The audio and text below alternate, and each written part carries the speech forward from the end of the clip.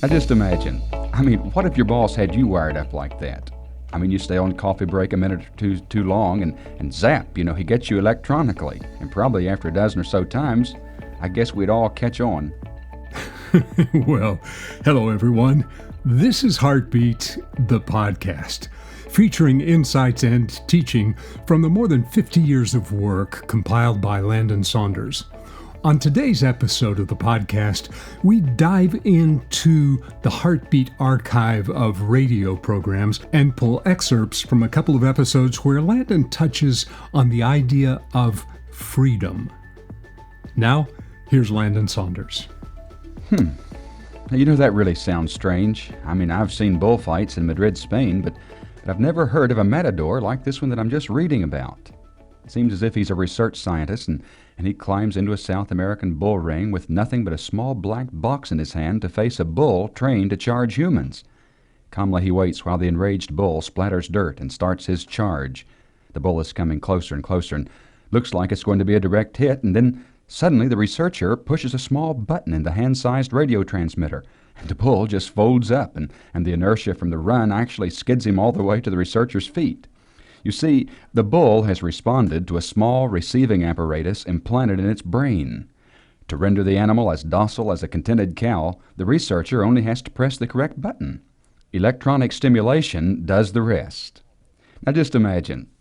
What if your boss had you wired up like that? You stay on coffee break a minute or two too long and zap, he gets you electronically. And probably after a dozen or so times, I guess we'd all catch on. It would work about like the old farmer's electric fence. One of his neighbors came over to look at the newfangled notion, and he asked the old farmer how much it cost him to operate it, to which the old farmer replied, "Doesn't cost a penny. The battery ran down after a couple of weeks, and I never replaced it. The cows learned their lesson in the first few days." And so there was a pasture full of cows living in fear of a strand of wire that had no power. Now, what we're talking about is what's called brain or behavior manipulation, and it can be accomplished in several ways. For example, by chemicals, including hormones to retard violence in aggressive persons. Behavioral psychologist Kenneth B. Clark has already proposed a method to eliminate war. He suggests that we can eliminate war by force-feeding a non-aggression pill to world leaders. Now, that's an interesting thought. But what if it were possible for the same dictator to add anti-hostility drugs to a nation's water supply? And the idea of a learning pill, it seems attractive enough, but what if the standard diet of the future also included an atheism pill to solve the world's conflicting religions problem? Is such a prospect really progress? And who would control it? Isn't it obvious that it could be used by both good and evil men? Adolf Hitler, he thoroughly believed that he knew what was best for the German people, even though it meant the death of millions of innocents. But I guess one of the best-known books on the subject is B.F. Skinner's Beyond Freedom and Dignity. He says we can no longer allow violence to go unchecked. Something must be done. Behavior must be modified. And he feels that we suffer from too much freedom, that men abuse it through everyday acts of criminal violence, pollution, and selfishness. He reasons if this abuse of what he calls freedom continues, the world has no hope, and so he suggests some kind of behavior control. But I find that a bit unsettling, don't you? Would we really want Skinner, or anyone else for that matter, to modify our behavior? Would we want that any more than we would an electric fence, or an anti-hostility pill to keep me from killing you? Is this the way to control human life? Are we powerless so that others must control us? Is that really freedom? It seems to me that we're still trying to clean up the outside of the cup when it's the inside that's dirty. Somehow I feel that this really isn't the answer that you and I need in our everyday life. What applies to animals doesn't necessarily apply to us.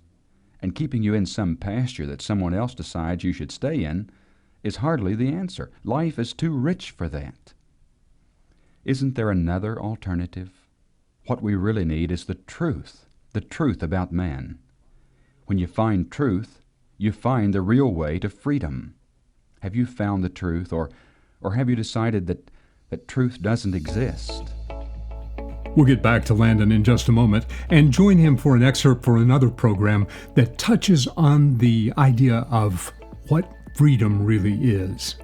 But first, we want to remind you that you can access additional content from Landon Saunders by visiting the website thisisheartbeat.com.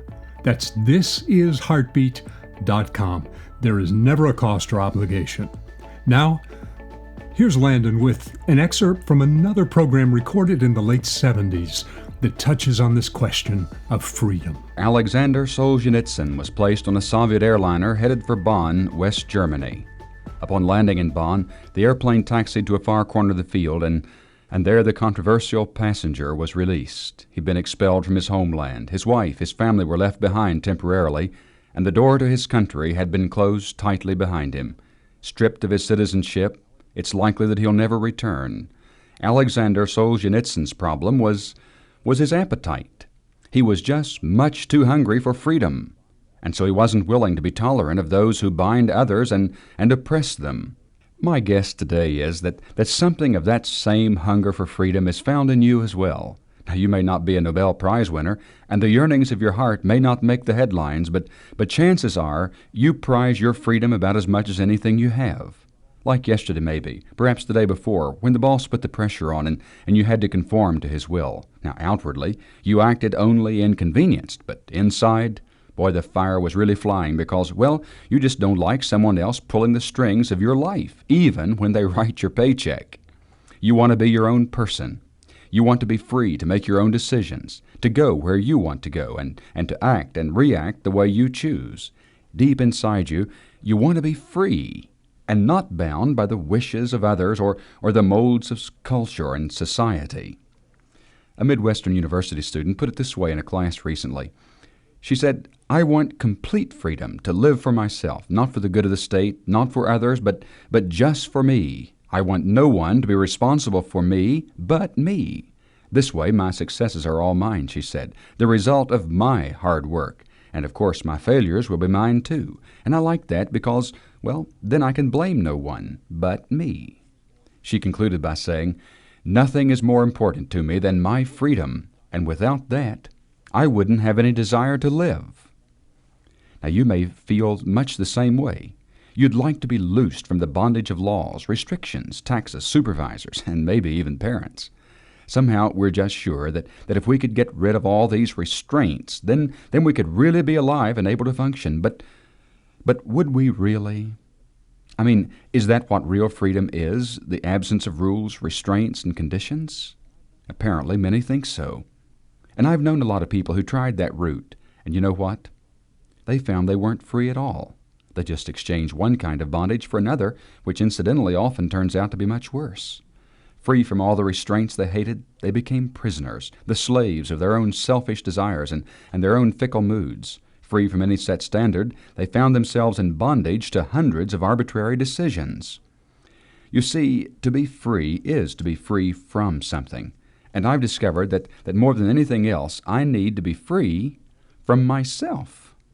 I mean, being free to do my own thing is really no answer because, well, on my own, I often find that I don't really know what I should do. I mean, look at all the confusion and frustration in the world today. Just read your daily newspaper and then try to convince somebody, anybody, that man knows how, on his own, to get it all together. No, real freedom just doesn't come by escaping standards and demands. It's not being able to do whatever you please at any given moment. Real freedom comes in finding that one thing that will make it possible for you to function at your optimum level as a human being. Real freedom comes when you find something that can give a direction and meaning to your life that you could never by yourself ever give it. Now, how about you? How are you doing in your own personal fight for freedom? Have you found anything that makes everything new and different, something that leaves you with the freest of feelings even when others around you have the power or authority over you? Are you free from yourself and alive to things that really count? Ideas from Landon Saunders, produced for his radio program in the late 1970s, that echo with as much relevance today as they did then. We invite you to visit the website thisisheartbeat.com for additional content that's available from Landon's work. And by the way, if you're inclined, we invite you to rate and review the podcast wherever you get your content. This really helps as others are seeking the same kind of information. And until next time, when we hope you'll join us again, this is Heartbeat, the podcast.